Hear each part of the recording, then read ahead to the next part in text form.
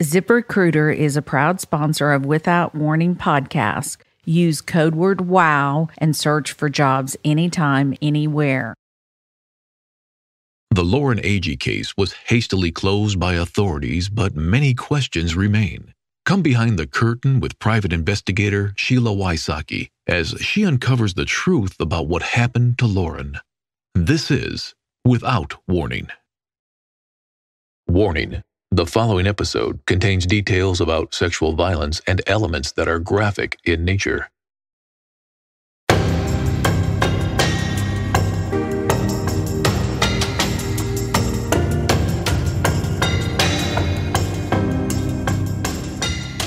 On this episode of Without Warning, the Lauren Agee case, I am going to bring you behind the scenes. A conversation between Jeremy Taylor, Sherry, and Mike Smith. This conversation happened a month after Lauren passed.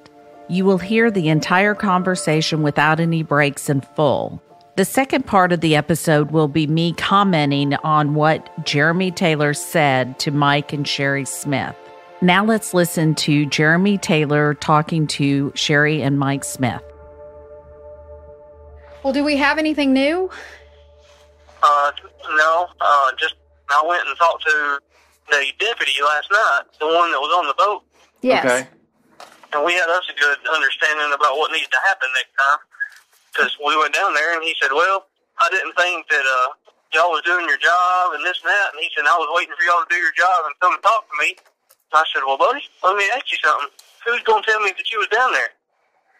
He said, what do you mean? I said, well, who's going to tell me you're down there? Right. Who's going to tell me that you had, the guy said something about a gun? I said, you think he's going to volunteer that information? Say, hey, I told that guy that was on the boat I was going to take his gun. I said, so how do you suppose that I get your statement if I don't even know you're on the boat? Right. I said, you wasn't there when I got there. Oh, I thought, And he was okay. like, Yeah, that's what, yeah. And that's what Harry said. Harry said, I really was using, what was his name? Was that Ryan or John? Ryan. That was Ryan, okay. Anyway, using him to confirm Harry's story about that. Yeah. He told me that it said that, but he said, well, I'm just waiting on y'all to do your job and come talk to me. I said, well, for one, and he's a sergeant in White County. Okay. And I said, so you mean to tell me if I witness something out here in White County right now, that I'm supposed to wait for you to come and ask me about it? Is that what you're saying? Right. And he just kind of looked at me, and I said, you have an obligation as a law enforcement, not only as a person, but as a law enforcement officer. When you suspect something is wrong, you have to tell it. That's a law. We have an obligation. We take an oath. You know, if we find something wrong, no matter what it is, Right. we have to tell it. We can't plead the fifth. We don't have that option. We explained something, and by the time we got done, he said, I'm so sorry. He said, I had no idea. He said, you're right. And I said, you know, that's not good withholding information. And you going and telling somebody else, and when I've got to find out from somebody else that you was even down there, and I was on the scene, and you didn't come and tell somebody who was on the scene, I said, that's pretty bad as a cop. And I said, so, and he told me everything, which, that being said, it's not him wanting off the boat, him saying that about the gun, still is not directly related, I guess, to them. It just shows a character.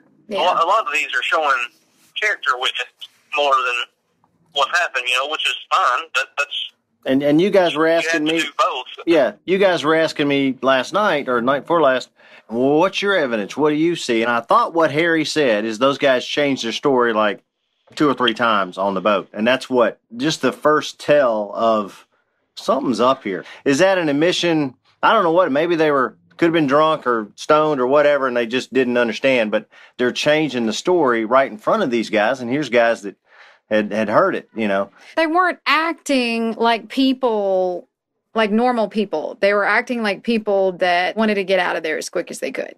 And it's easy for us to say, wow, they're acting like people that were guilty of something. I mean, that's our connection, but honestly, they just simply weren't acting in a proper fashion. And that's for you guys to, y'all know it better than anybody. You know how somebody's going to react or not react. Yeah, well, anytime something happens, people might act different. It's their job to figure out why. Right. You know, why are you acting this way? You know, there's people that I talk to, and I can say, hey, I'm Detective Taylor, and they go into a nervous jerk. You know, they're like, oh, they don't deal well with police officers. But there's a reason that they don't deal well with police officers, whether it be a past or whether it be dealing with them. You know, it might not be them directly, but their parents. They might have seen their parents get arrested a lot.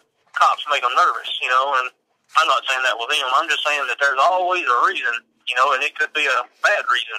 Right. It could be the guilty reason. It's not always innocent. It's our job to find out, and we have to dig and dig and dig to find out why. What's the history? What's the motive? That's where we're at now. So this is another piece of the puzzle that we're talking about. Just another piece. Yeah.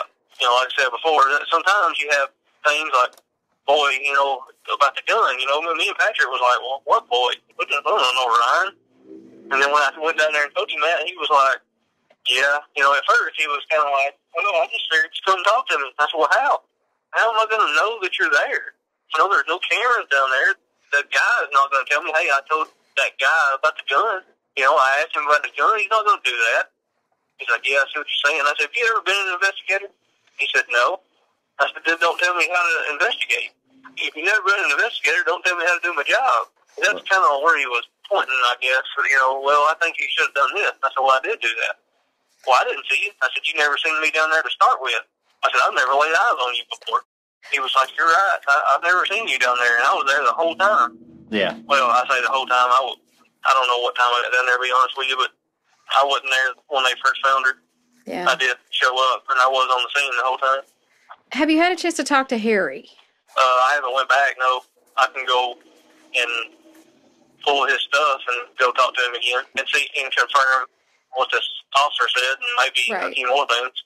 The video I sent you, and it's not that hard to hear. I mean, he's got a deep voice. You can kind of hear him through, and everybody was kind of drilling him with questions. Again, I don't know if that would help you. I'm sure it just is, yet again, it's him telling his story just of what the situation. He didn't see anything. He said these guys just were acting guilty. They were acting not right. I don't know if he said guilty. I said they just weren't acting right. So that's kind of what started this whole thing. So. Okay, so the emails I'm sending you, is that helping in any form or fashion? Oh, yeah. Yeah, I mean, it's hard to say this one helped and this one don't, because one of them that you see and might not mean nothing right now. Right. But when I put it all together, it might be like, hey, what about this? See, what I have to do is get all the notes and then compare them. Okay. And so if I don't have all the notes, then I can't compare it to something. Anything is helpful. Well, I'm going to be sending you everything I get, so just, sorry, but there's going to be a lot of stuff. It comes straight to my phone, so I download it straight to the file. I've sent him about 8 everything you sent me, I've got. Okay, good. Okay. Is Dropbox okay to send you stuff in? I haven't opened that yet, so I'll have to fix it. It's on my phone, so I don't know if it'll let me open it. I'll have to get on the computer, and I've downloaded it, but I don't know if I've opened it. Everything else I can open fine, but that right there, it wouldn't let me open on the phone, so I'll have to... Okay. Yeah, I don't know if you can open such a big file. I don't know if you could open it. Although Dropbox, I think you can. I think it's just a link. We use it a lot in my business for big files. So. Well, he said he couldn't open it on his phone. Okay. So. Well, all right. Okay. Have y'all got anything other than emails and stuff? That...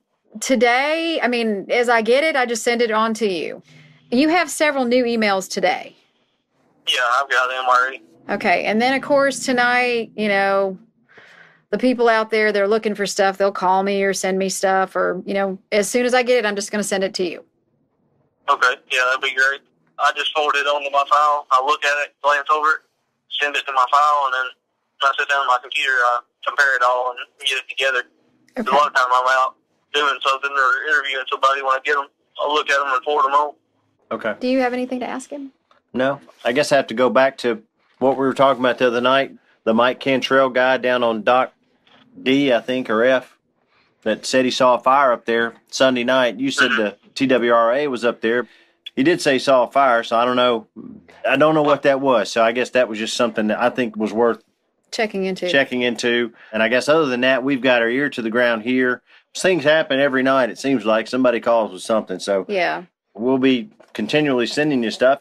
I guess it's hard for us sometimes to differentiate between just the speculation and pure facts. So I guess that's your job. So. Yeah, you don't worry about that. Just whatever you got, send it on, and I'll sort through it. And I'll keep it all with a case file. So everything that y'all send me will be in the case file.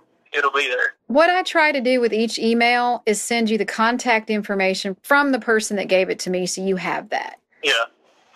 I'll be calling your brother, I guess, and try to do a phone statement from him if he don't care. No, not at all. And he didn't tell me this until last night because, he just never even thought about it until I talked to him and I said, look, this is what's going on. He's like, well, then there's something I need to tell you. And I said, send it to me in an email. So that's what he did last night, and that's what I forwarded to you. Please call him. That's why I put his phone number. All right. It'll probably be tomorrow. Does he have a work schedule? He always has his cell phone on him, so you can always reach him. He cares for my elderly parents, so he should always have his cell phone with him. All right. Well, I'll call him tomorrow. It'll probably be around noonish, somewhere around there. I got a meeting tonight I'm on the way to now, and it'll probably be late. And then tomorrow morning I have another meeting. So. Okay. Regarding us? No, it's drug related with the probation officers and probationers. It shouldn't take me too long to do either one. The one tonight, I'm going and searching some places, so that'll take forever. Mm-hmm. Okay. Being nasty and all that crap. Okay. That's got to be fun, though. Just being a cop would be fun, I think. Yeah. I don't have the stomach for Well, I don't know. I just think it'd be boring. Okay. Well, Jeremy, thank you. And like I said, anything and everything I get, I'm going to send to you. I trust you now. Okay. So I'm going to be sending you. I appreciate that. Keep me updated if you find anything and just send it to me. Okay. Okay. We will. Thanks, Jeremy. Thank you. Appreciate it. Bye. Bye. Thank you. Bye-bye. That was Officer Jeremy Taylor at 5:14 p.m. on the 27th of August, 2015, on a Thursday evening. I travel a lot. I am in and out of airports, in and out of the hot weather. And when I get home, the last thing I want to do is cook. And I'm not that great of a cook anyway. So I love to have an option when I walk through the door. I just want to eat something nutritional. That's what I love about Daily Harvest. Daily Harvest delivers thoroughly sourced, chef-created food that is built on fruits and vegetables and can be prepared in less than 5 minutes. When I got home from presenting PI Experience, I walked in the door with my luggage, opened the freezer, pulled out mint and cacao smoothie, added almond milk, put it in the blender. 5 minutes, I was drinking a delicious smoothie. Go to dailyharvest.com and enter promo code WOW to get 3 free cups to your first box. That's promo code WOW for 3 free Daily Harvest cups at dailyharvest.com, dailyharvest.com.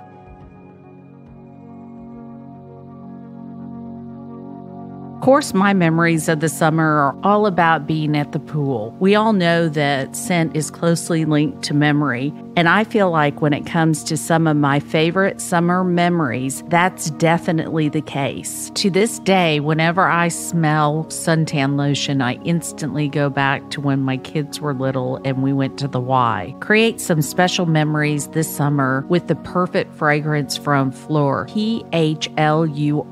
I now travel with Fleur. I bring it to the hotels and spray my pillows and myself. It makes me feel like home when I'm not there. What I like the most about Fleur is that it's transparent and discloses every ingredient. Make new scent memories with Fleur. Go to Fleur.com today and use promo code WOW and get 20% off your first custom Fleur sample set. Pick 3 scents to try and get credit towards a full-size bottle of your favorite. That's promo code WOW at Fleur.com to get your first 3 Fleur fragrance samples at 20% off.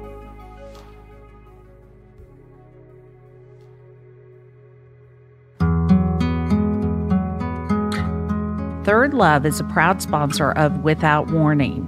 Third Love makes it convenient to be fitted. You can go online and take a quiz, get the perfect fit. Third Love has 78 bra sizes with bands ranging from 30 inches to 48 inches and cups AA to I, one of the largest in the industry. I also want to mention that their bras are extremely comfortable. I love the fabric. Third Love bras cost the same no matter the size. Same comfort, same perfect fit, same fabric, same style, same price, no matter what the size. Third Love knows there's a perfect bra for everyone, so right now they are offering my listeners 15% off your first order. Go to thirdlove.com/warning now to find your perfect fitting bra and get 15% off your first purchase. That's thirdlove.com/warning for 15% off today.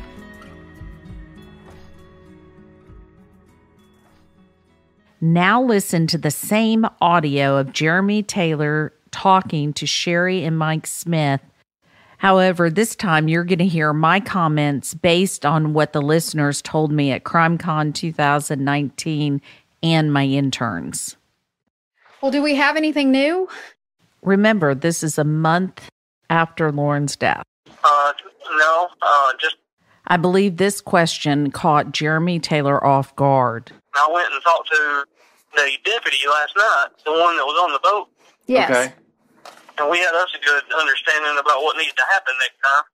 Jeremy Taylor is telling Sherry and Mike Smith that he reprimanded Ryan Melanson. Because we went down there and he said, well, I didn't think that y'all was doing your job and this and that. And he said, I was waiting for y'all to do your job and come and talk to me.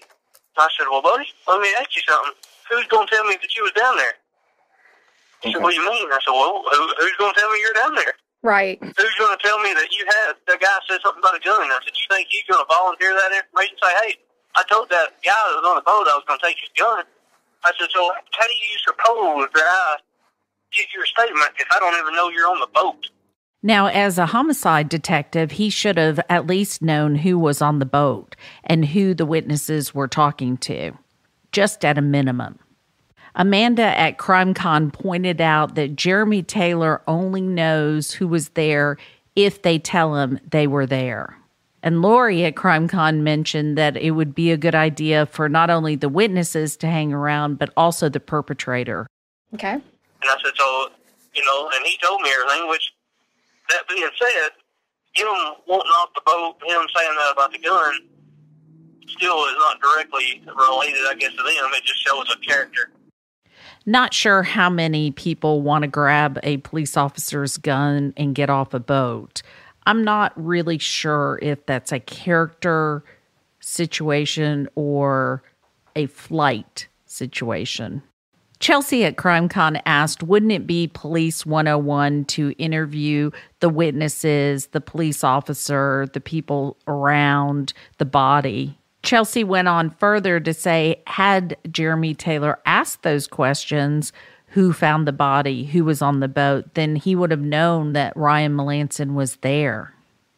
Yeah. A lot of these are showing character witness more than what happened, which is fine. That's And you guys were asking me. You have to do both. Yeah, you guys were asking me last night or night before last, well, what's your evidence? What do you see? And I thought what Harry said is those guys changed their story like 2 or 3 times on the boat. And that's what, just the first tell of something's up here. Is that an admission? I don't know what, maybe they could have been drunk or stoned or whatever, and they just didn't understand, but they're changing the story right in front of these guys. And here's guys that had heard it, We haven't talked very much about Michael Smith, but he is Lauren's stepfather.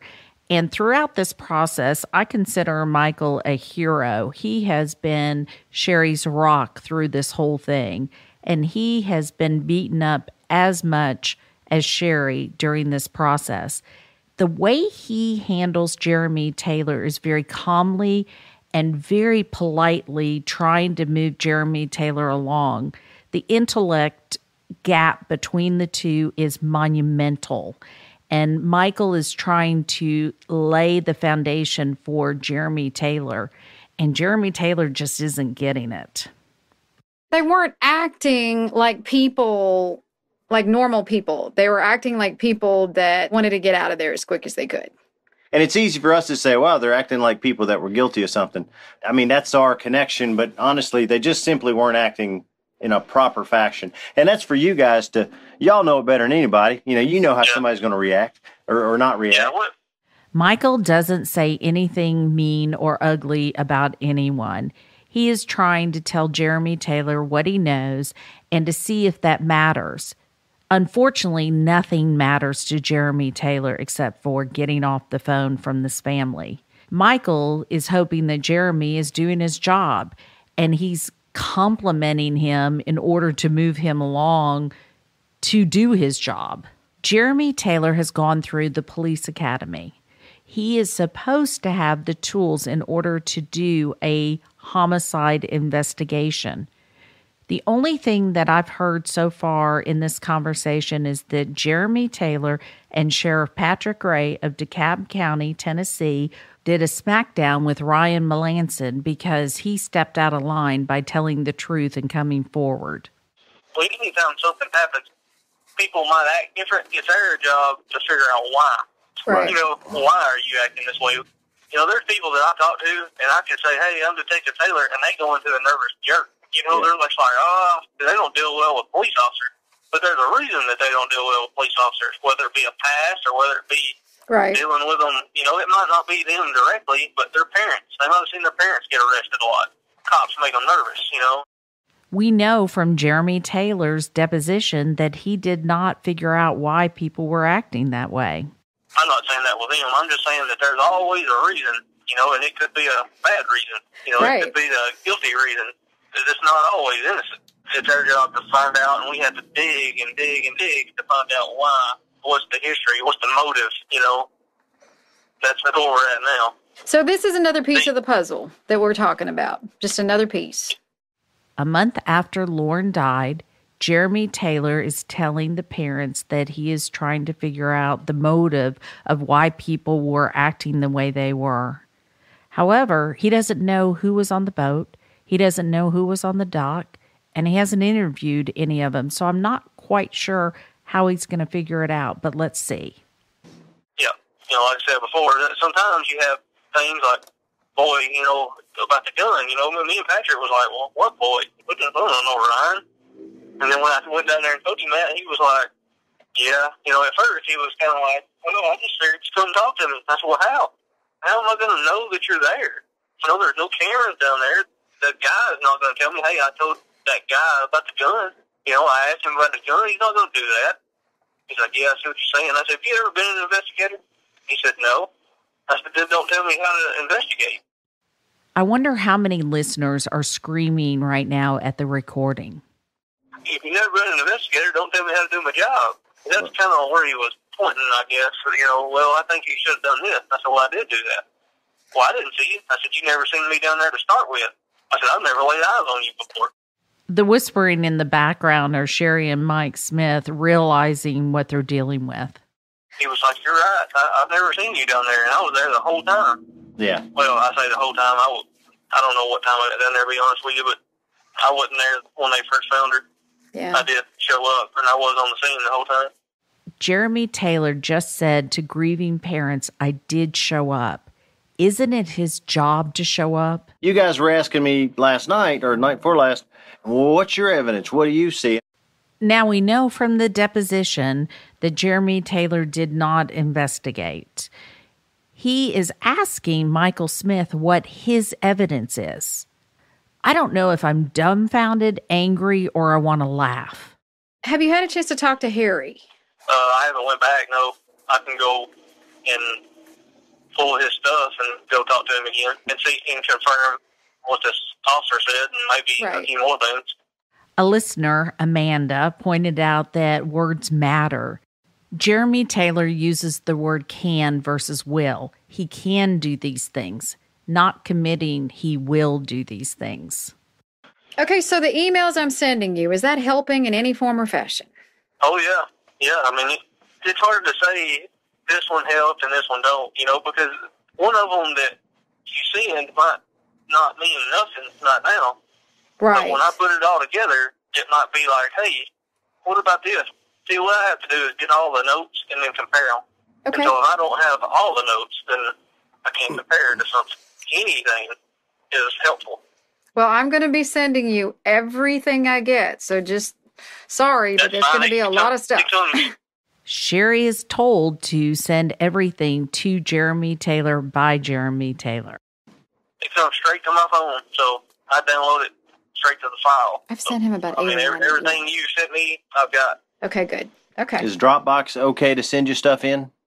I haven't opened that yet. So I'll have to, because it's on my phone, so I don't know if it'll let me open it.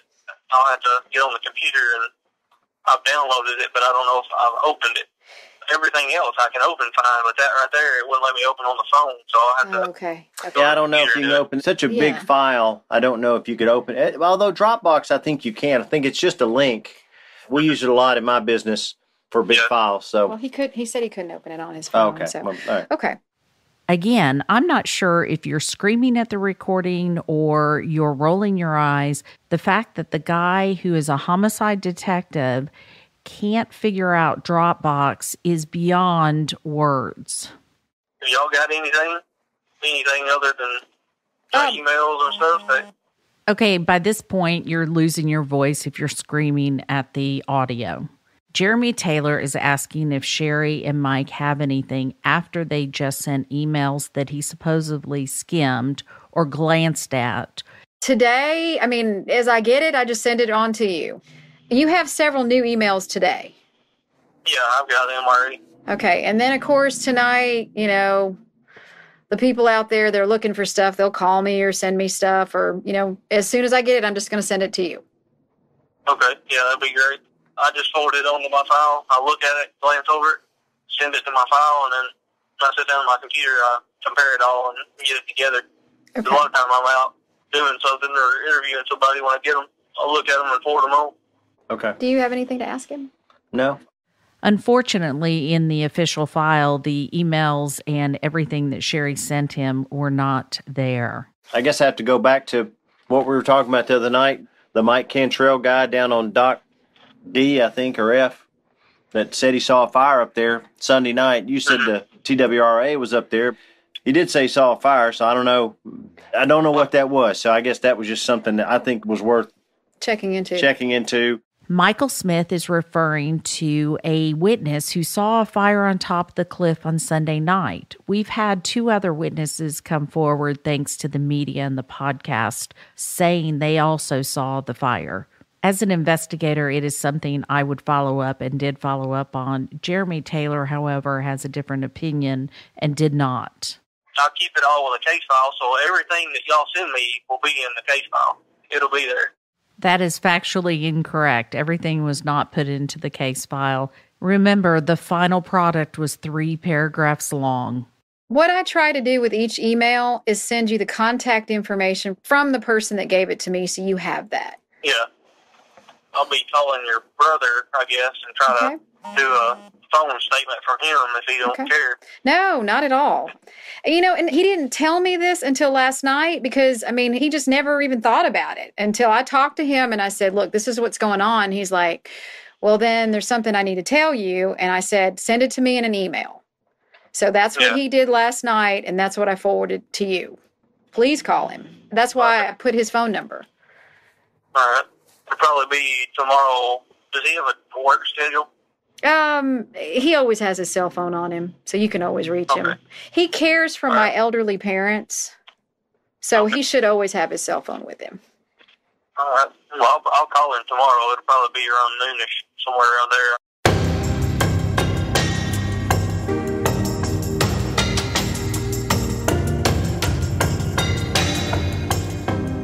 Sherry Smith's brother, Lauren's uncle, had some information that he wanted to share with Jeremy Taylor. Jeremy Taylor said he was going to call him for a statement. Of course, that wasn't done. Jeremy Taylor proceeds to tell Sherry Smith how he has to meet a probation officer and goes into detail on how busy he is. I started this podcast to get tips. This podcast has brought in tips. I also wanted to take you, the listener, behind the scenes.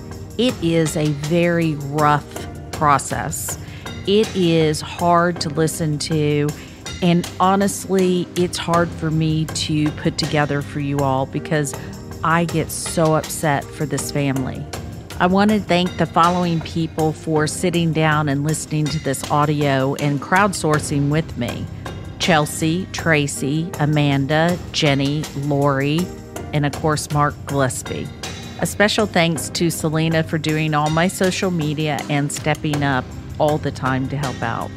On the next episode, I'm going to play another conversation between Sherry, Mike, and Jeremy Taylor. You won't want to miss it. Lauren's family gives their full permission for any and all details to be shared in hope that the truth will come out. If you know anything at all, call 1-888-599-0008 or email tips@SheilaWysocki.com.